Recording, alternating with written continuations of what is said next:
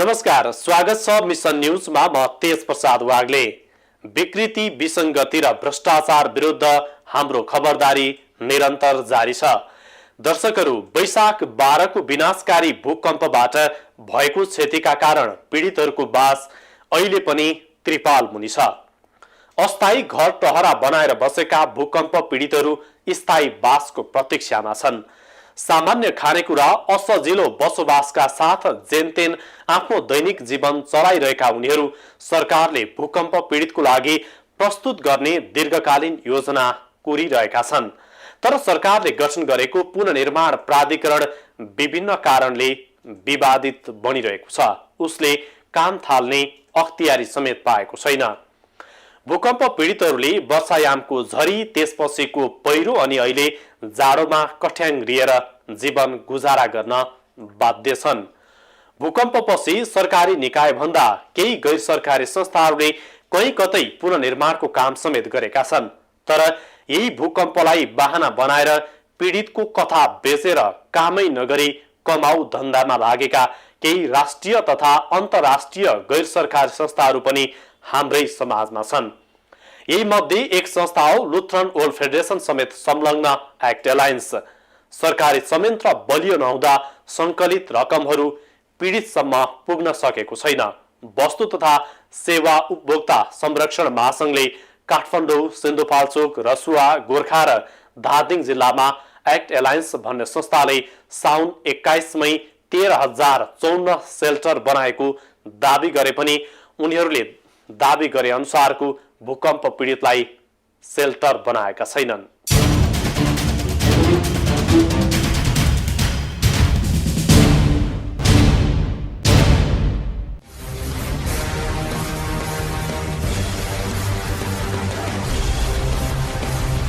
गत वैशाख 12 र 19 को विनाशकारी भूकम्पले नेपालीहरू पीडामा परेको समयमा सरकारी संयन्त्र राहत वितरणमा असफल भयो भनेर नारा लगाउने सङ्घ संस्थाहरू भूकम्प पीडितको नाममा लुट मचाउन सक्रिय रहेको तथ्यहरू सार्वजनिक भएका छन्। भूकम्पपछि देशभित्र र बाहिरबाट पीडितको सहयोगका लागि करोडौं रकम सङ्कलन भए। केहीले सङ्कलन गरेको रकम पीडितसम्म पुग्यो भने केहीले दुरुपयोग गरे। त्यति मात्र होइन, सरकारी र गैर सरकारी दुवै क्षेत्रमा भूकम्प पीडितको नाममा करोडौं घोटाला भएको छ। सरकारी संयन्त्र बलियो नहुँदा उठेका रकमहरू समेत पीडितसम्म पुग्न पाएन। वस्तु तथा सेवा उपभोक्ता संरक्षण महासंघले काठमाडौँ, सिन्धुपाल्चोक, रसुवा, गोर्खा र धादिङ जिल्लामा एक्ट एलायन्स भन्ने संस्थाले साउन 21 मई 13,054 सेल्टर बनाइसकेको दावी गरे पनि उनीहरूले दावी गरेको स्थानमा सेल्टर बनेको छैन।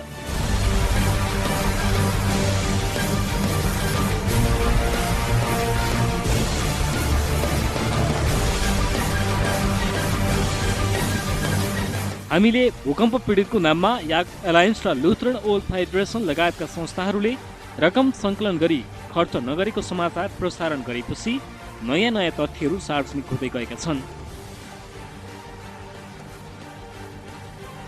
गत जुनको 29 देखि जुलाईको 2 सम्म थाइल्यान्डमा भएको एसिया क्षेत्रका चर्चका प्रतिनिधिहरूको सम्मेलनमा एक्ट एलायन्सको प्रतिनिधिले नेपालमा 60,000 भन्दा बढी घरहरू बनाइसकेको दावी गरेको खुलासा भएको छ। सम्मेलनमा नेपालका तर्फबाट सहभागी एक फडिन्द्र भूषालले हाम्रो कार्यक्रम हेरेपछि आफ्नो थाइल्यान्डको अनुभव यसरी सुनाए। त्यो सम्मेलनमा म पनि जाने मौका पाएको थिएँ। अनि त्यो CCA भन्ने एउटा संस्थाले आयोजना गरेको थियो। अनि त्यसमा लगभग 22वटा देशका प्रतिनिधिहरू थिए। अनि त्यही सिलसिलामा हामीले नेपालको बारेमा बताउने मौका पायौँ। हामीलाई खुसी लागेको थियो कि नेपालको बारेमा बताउन पाइने भयो भनेर। तर हामीले नेपालको जे हो यथार्थ त्यही भन्दै नेपालमा अप्ठ्यारो छ, परिस्थिति उस्तै छ। मान्छेहरूले एकदम दिन र रात छुट्याउन सकेका छैनन्, उपाय छैन हैन। घर भत्केको छ, बालबच्चाहरू अप्ठ्यारोमा छन्, घाइतेहरू भइराखेका छन्, मान्छेहरू पुरिराखेका छन्।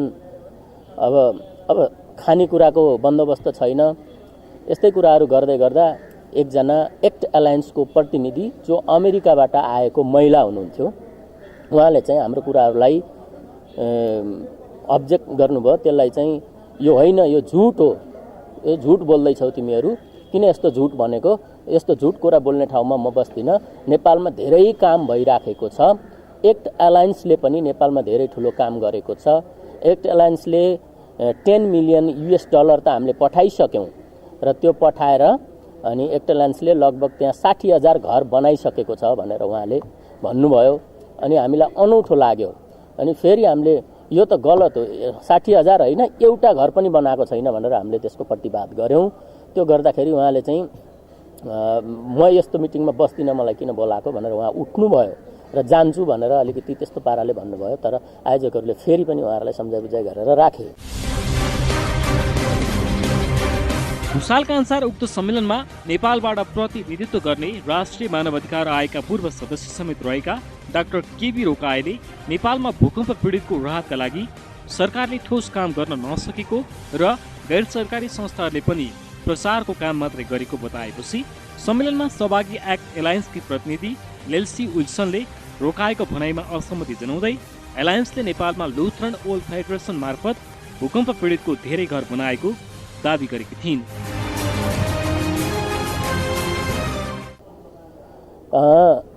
अनि मलाई चाहिँ कस्तो लाग्यो भने एकदम अचम्मको कुरा थियो क्या त्यो। वास्तवमा हामीले यो देशमा जे भइराखेको थियो, अप्ठ्यारो परिस्थिति थियो, आजको दिनसम्म पनि जनताले कहाँ घर पाएका छन् र। हामी यही चुच्चेपाटीमा यहाँबाट 7-8 किलोमिटरको डिस्टेन्समा गयौँ भने अझै पनि सयौँ तिरपालहरूभित्र बालबच्चाहरू अप्ठ्यारोमा रोइराखेका छन्, कराइराखेका छन्। खान नपाएर अब पहिलाको रुवान्डाको चित्रहरू देख्दाखेरिको झल्को आउने त्यहाँ बच्चाहरूलाई मैले 2 दिन अगाडि मात्र त्यहाँ गएर हेर्दा देखेको थिएँ। भनेपछि अहिलेको अवस्था त यस्तो छ भने यो त जुनको 29 देखि जुलाईको 2 सम्म भएको कार्यक्रम थियो। एक्ट एलायन्स पुरै क्रिस्चियन संस्था हो। अनि हामीले चाहिँ उहाँलाई अझ यो भनेको छैन, तपाईँहरू नेपाल जानुभएको छ तपाईँ भनेर उहाँलाई भन्यौँ। हामीले नेपाल गए कि छैन भन्नुभयो। कसले गर्छ त तपाईँहरूको काम त्यहाँ? अब हामीले हाम्रो देशको दुरावस्थाको बारेमा हाम्रा कमजोरीहरू हामीले गर्न सकेनौँ भनेर हामीले भन्दाखेरि तपाईँलाई टाउको किन दुख्ने? जे हो त्यही हामीले भन्दाखेरि तपाईँले होइन भनेर त्यसको प्रतिवाद गर्नुपर्ने कारण के? अनि कहाँ गर्नुभयो, कसले गरे भन्दाखेरि उहाँले लुथरन ओल्ड फेडरेसनले गर्छ हाम्रो कामहरू। एक्ट एलायन्सको खास त्यहाँ यो रजिस्टर आइडेन्टिटी छैन, त्यही भएको कारणले यसको चाहिँ लुथरन ओल्ड फेडरेसनले गर्छ। हामीले $10 मिलियन लुथरन ओल्ड फेडरेसनलाई एक्ट एलायन्स मार्फत दिएको हो। अझ धेरै सहयोगहरू यो मात्रै होइन, अरू पनि सहयोगहरू हामीले गरिराखेका छौँ भन्ने कुरा उहाँले गर्नुभयो। नेपालमा काम नगरी काम गरेको भनेर प्रतिवेदन बनाउने र अन्तर्राष्ट्रिय मञ्चहरूमा हामीले यति धेरै काम गरिसकेका छौँ भनेर दावी गरिनुबाट नै यो संस्थाले पीडितको नाममा कमाउ धन्दा गरिरहेको सहज रूपमा बुझ्न सकिन्छ।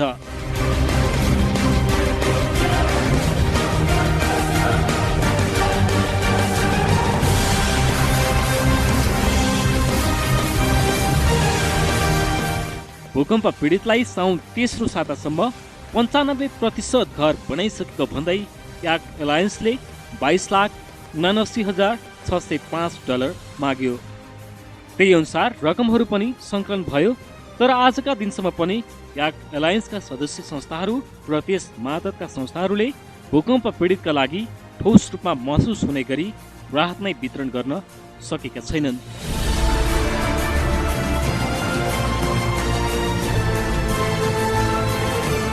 एलायन्सले आफ्नो मुख्यालय जेनेभाबाट 6 अगस्त 2015 सार्वजनिक अपिल गर्दा नेपालमा क्रिस्चियनको सहयोगमा भूकम्प प्रभावित 6 जिल्लामा 13,054 आश्रय स्थल अर्थात् घरको 95% काम समाप्त भएको दावी गरिएको छ।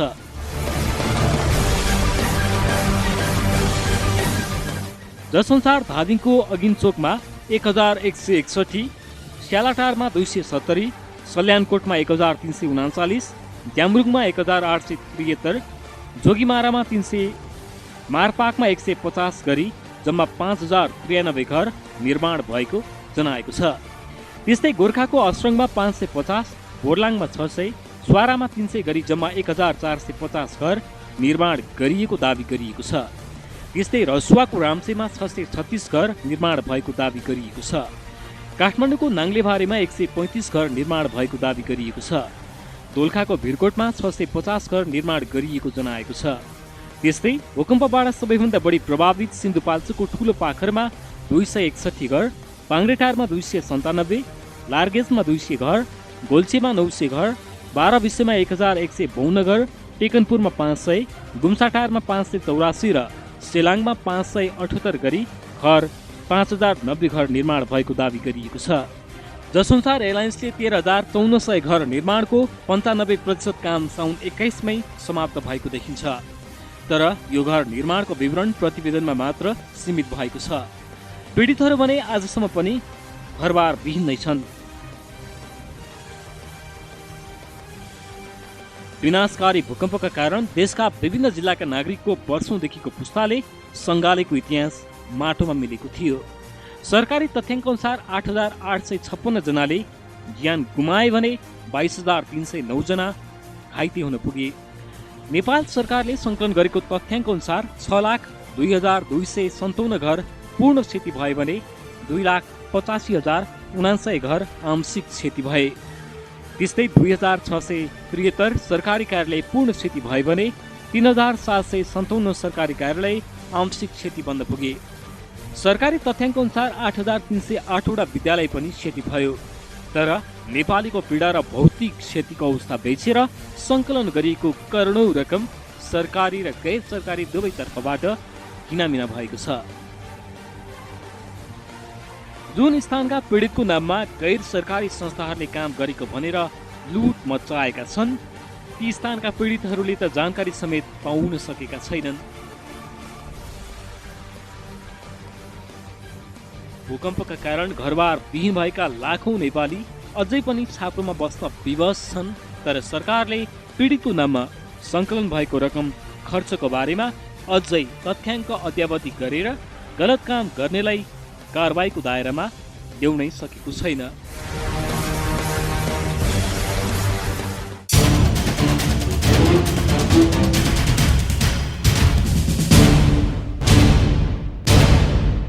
यसरी जुन स्थानका पीडितको नाममा गैर सरकारी संस्थाहरूले काम गरेको भनेर लुट मचाएका छन्, ती स्थानमा पीडितले त जानकारी समेत पाएका छैनन्। वेबसाइटमा काम भएको छ, नमुना बस्ती नै बनेको छ, तर सम्बन्धित क्षेत्रमा गएर पीडितको अवस्था बुझ्दा आभास हुन्छ पीडितको पीडा बेचेर कमाउन खोज्ने दलालहरूको यथार्थ कहानी। तर नियमनको जिम्मा पाएकाहरू जानकारी नै नभएको जस्तो गरी बसिरहेका छन्। नमुना गाउँ निर्माण गरेको दावी गर्ने लुथरन वर्ल्ड फेडरेसन विरुद्ध अहिले राष्ट्रिय मानवाधिकार आयोगमा समेत उजुरी परेको छ। थप्परसँगका साथ उपस्थित हुनेछौँ एकैछिनको विश्रामपछि। विश्रामपछि पुनः स्वागत छ। यति बेला तपाईँ मिसन न्युज हेर्दै हुनुहुन्छ। वैशाख 12 को विनाशकारी भूकम्पपछि देशमा अकल्पनीय संकट पैदा हुँदा विभिन्न संस्थाहरूले तत्कालीन राहतको लागि सहयोग गरेका थिए। यही सन्दर्भमा राष्ट्रिय र अन्तर्राष्ट्रिय गैर सरकारी संस्थाहरूले विदेशी सहयोग जुटाएर काम समेत गरे। तर केही संस्थाहरूले भूकम्पलाई अवसरका रूपमा प्रयोग गरी पीडितको नाममा करोडौं रुपैयाँको सहयोग ल्याए पनि पीडितसम्म पुर्याएका छैनन् र यस्तै काम गर्ने संस्था लुथरन वर्ल्ड फेडरेसन समेत देखिएको छ। यस घटनाका सम्बन्धमा यसअघि नै जिल्ला प्रशासन कार्यालय काठमाडौँ, अख्तियार दुरुपयोग अनुसन्धान आयोग र समाज कल्याण परिषदले एक साथ छानबिनको काम अघि बढाएका छन् र अहिले राष्ट्रिय मानव अधिकार आयोगमा समेत उजुरी परेको छ।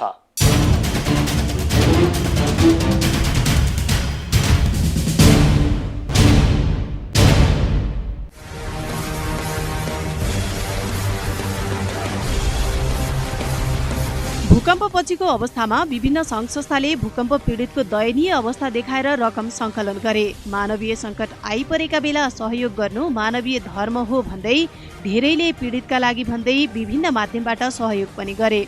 तर ती सबै सहयोग सदुपयोग हुन पाएनन्।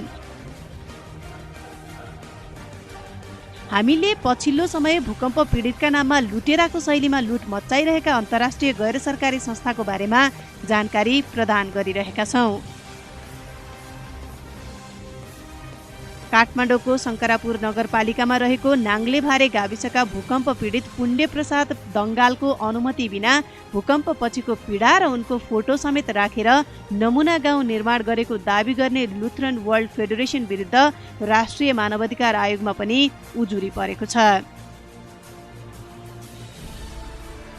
मङ्सिर 15 गते नै आयोगमा उजुरी परेको भए पनि आयोगकी प्रवक्ता मोहना अन्सारीले भने आफूलाई जानकारी नभएको बताएकी छन्।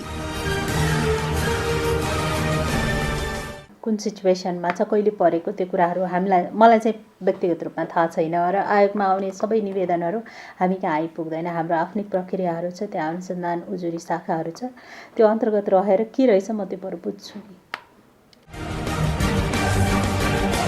तथापि प्रवक्ता अन्सारीले उजुरीको विषयमा आयोगले छानबिन प्रक्रिया अघि बढाउने जानकारी पनि दिएकी छिन्। फोटोको हकमा मेरो स्पष्ट धारणा छ र हामी कहाँ कस्तो समस्या छ भन्दाखेरि हामीले कुनै पनि व्यक्तिको फोटो लिनुभन्दा अगाडि हामीले कहिले पनि अनुमति लिँदैनौँ। यो नेपालभित्र अथवा नेपाल बाहिरका अन्तर्राष्ट्रिय सङ्घ संस्थाहरूको यसमा ठुलो एउटा कमी कमजोरी देखिएको छ। अझ विपदको बेलामा त कसैसँग झन् धेरै अनुमति नलिइकन कसैले लिन्छ, कसैको फोटो लिन्छ र त्यो फोटोहरू आफ्नो वेबसाइटमा राख्छ भने त्यो सबैभन्दा ठुलो अब कसरी भन्ने, हामी कहाँ केही कुराहरूलाई नियमन गर्नुपर्ने जुन जिम्मेवारी छ नि, त्यो नियमन गर्ने निकायहरूले नियमन नगरिदिँदाखेरि यो चुनौतीहरू आउँछ। हामी कहाँ मिडिया कर्मीहरूले पनि फोटो खिच्नुहुन्छ तर कहिले पनि जसको फोटो खिच्नु भएको छ उसबाट अनुमति लिनुहुन्न। सामान्यतया कुनै पनि व्यक्तिको फोटो र उससँगको कुराकानी अनुमति बिना प्रयोग गर्न पाइँदैन। तर लुथरनले आमा र नातिनी गुमाएका नाङ्लेभारेका पुण्यप्रसाद दङ्गालको कथा र उनको फोटो अनुमति बिनै आफ्नो वेबसाइटमा राखेको छ। अझ उनको फोटो शीर्षकमा भूकम्प पछिको राहतका लागि नमुना गाउँ निर्माण गरिसकेको उल्लेख गरेको छ। कुनै पनि व्यक्तिको फोटो राखेर पब्लिसिटी गरेर फन्ड जेनेरेट गरेर कामहरू गरिन्छ भने सम्बन्धित व्यक्तिको पहिला अनुमति लिनै पर्छ, लिखित रूपमै लिनुपर्छ। होइन भने त्यो लिखित रूपमा नलिएको अनुमति बेगर कुनै कामहरू भइरहेछ भने त्यस्तो व्यक्तिलाई पनि कानुनको दायरामा ल्याउनुपर्छ, त्यस्तो संस्थालाई पनि कानुनको दायरामा ल्याउनुपर्छ। 2072 साल वैशाख 12 गते शनिबारको विनाशकारी भूकम्पले नेपालीलाई बिर्सनै नसक्ने पीडा दियो। हजारौं भौतिक संरचना ध्वस्त भए, त्यसैलाई कतिपय गैर सरकारी संस्थाले कमाउने अवसरको रूपमा प्रयोग गरे। तात्कालीन र दीर्घकालीन राहतका नाममा संस्थाहरूले करोडौं रकम सङ्कलन गरे तर पीडितसम्म पुर्याएनन्। राज्यको संयन्त्र कमजोर हुँदा अनुगमन र नियमन प्रभावकारी हुन सकेन, जसले गर्दा थुप्रै अनियमितताहरू भए। भूकम्प पछिको अवस्थामा पीडितलाई सहयोग गर्ने विषयमा तत्कालीन अवस्थामा दातृ संस्था र अन्तर्राष्ट्रिय गैर सरकारी संस्थाहरूले सरकार मार्फत नै काम गर्न अप्ठ्यारो मान्नुको रहस्य पनि बिस्तारै खुल्दै गएको छ।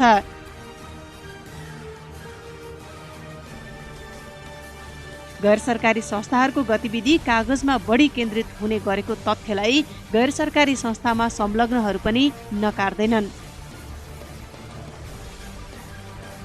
भूकम्पपछि पुनर्स्थापना र पुनर्निर्माणको काममा सरकारी तवरबाट भन्दा गैर सरकारी संस्थाहरूबाट धेरै काम भएको प्रचार भएको छ। कतै कतै काम पनि देखिन्छ। भूकम्पले तहस नहस बनाएको संरचनाको पुनर्निर्माणको काम गर्ने भनेर प्रचारबाजी र कागजी काम गर्ने धेरै गैर सरकारी संस्थाहरू पनि प्रशस्तै पाउन सकिन्छ। तीमध्ये एक लुथरन वर्ल्ड फेडरेसन पनि देखिएको छ। पुण्य प्रसाद जस्तै पीडामा परेका धेरै नेपाली थिए र छन् भूकम्पका कारण। लुथरन वर्ल्ड फेडरेसनले काठमाडौँको शङ्करापुर नगरपालिका 1 र 2 का स्थानीयलाई भूकम्पपछि केही राहतका सामग्री वितरण गर्यो र प्रचारबाजी भने घर बनाइदिने नै गर्यो। परिवार वियोगको पीडा एकातर्फ, अर्कोतर्फ घरविहीन भएको अवस्था, हल्लाको भरमा पुण्य प्रसाद पनि राहत पाइने स्थानसम्म पुग्छन्। पीडामा ग्रस्त शरीर पीडा पुग्दै गर्दा आँसु झर्नु स्वाभाविक हो, तर पुण्य प्रसादको पीडालाई लुथ्रनले त यसरी पो बेचेछ। प्रधानजीले यो हामी त्यही लुथ्रनको जाने जो छ एकजना म्याडम हुनुहुँदो रहेछ कर्मचारी वा के हुनु हो, न डाइरेक्टरै हो, त्यो चाहिँ के भन्दा तपाईँ हामीले यत्रो यत्रो काम गरिराखेका छौँ, कुन संस्थाले गरिरहेको छ यस्तो काम, हामी काम गर्न भनेर लागिराखेका छौँ, तपाईँ आएर जाने मुद्दा हाल्दाखेरि तपाईँ जाने जो सोझै मरेपछि तपाईँ नर्कमा डुब्नुहुन्छ भन्नुभयो उहाँले। मलाई दुःख लाग्यो। मेरै फोटो बेचिया छ, मेरो अनुमतिभन्दा बाहेक चोरेर मेरो कथा बेचिया छ। अहिले पुण्य प्रसादलाई झनै अर्को पीडाले सताएको छ।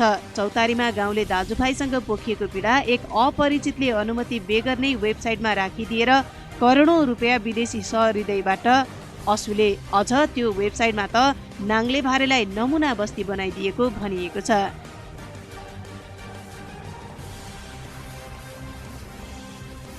आफ्नो पीडा बेच्दै हामी गाउँलेको समेत कथा बेचेर पुण्य प्रसादले लाखौं कमायो भन्ने अहिले उनलाई साथीभाइकै आरोप छ। तर पुण्य प्रसादले एक मण्डी बाहेक अन्य केही पनि पाएका छैनन्।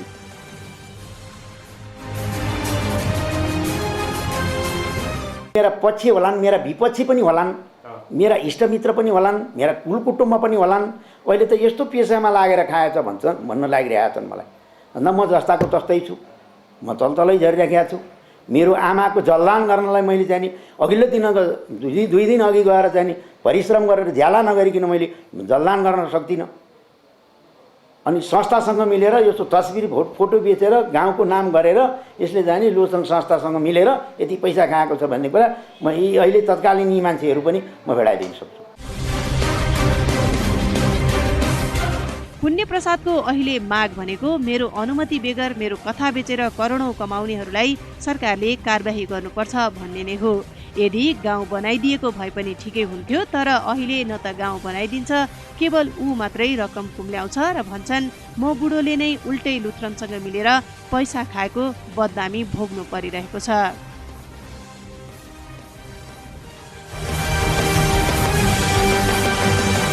साथीहरू होलान्, मेरा इष्टमित्रहरू हुन्, मेरा मित्रहरू होलान्, मेरा दाजुभाइ होलान्, मेरो छविलाई लालछना लगाएर ऊ गरिसकेपछि त ऊ लुथ्रनले छुट पाउँछ उसले भनेदेखि मैले पनि छुट पाउनुपर्छ। नेपाल सरकारले दिनुपर्छ, मलाई पनि दिनुपर्छ। अब राज्यले यस्ता पीडितको कुरा सुन्ने कहिले। कष्टपूर्ण तवरमा वर्षायाम कटाएका भूकम्प पीडितहरू त्यही कष्टताका साथ जाडो मौसम काट्ने मनोबलमा छन्। तर जाडो महिना कसरी कटाउने होला भन्ने चिन्ता चाहिँ स्वाभाविक रूपमा देखिएको छ। सरकारी निकायहरू भने एकले अर्कालाई कामको जिम्मेवारी पन्छाउने मेलोमा छन्। अब डिजास्टरको बेलामा केही कुराहरू त्यति बेला छुट दिएको थियो, तर सदाका लागि छुट दिएको होइन। त्यसकारण हामीका दुईटा संस्था छ र नेपाल सरकारको दुईटै निकायले गृह मन्त्रालय, जिल्ला प्रशासन कार्यालय, त्यसपछि समाज कल्याण मन्त्रालय, समाज कल्याण हामीसँग छ, महिला बालबालिका मन्त्रालय छ। ती सम्बन्धित मन्त्रालयले यसलाई तत्काल यसमा के रहेछ, के कुराहरूमा चाहिँ कहाँनिर चुकेको छ, अनुमति दिँदाखेरि प्रोजेक्ट डिजाइन गर्दाखेरि ती व्यक्तिहरूसँग स्पष्टीकरण लिन सकिन्छ। यस घटनाका सम्बन्धमा यसअघि नै जिल्ला प्रशासन कार्यालय काठमाडौँ, अख्तियार दुरुपयोग अनुसन्धान आयोग र समाज कल्याण परिषदले एकसाथ छानबिनको काम अघि बढाएका छन्।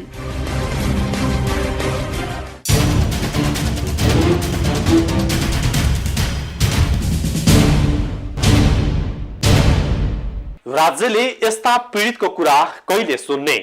कष्टपूर्ण तवरमा वर्षायाम कटाएका भूकम्प पीडितहरू त्यही कष्टताका साथ जाडो मौसम कटाउँदैछन्।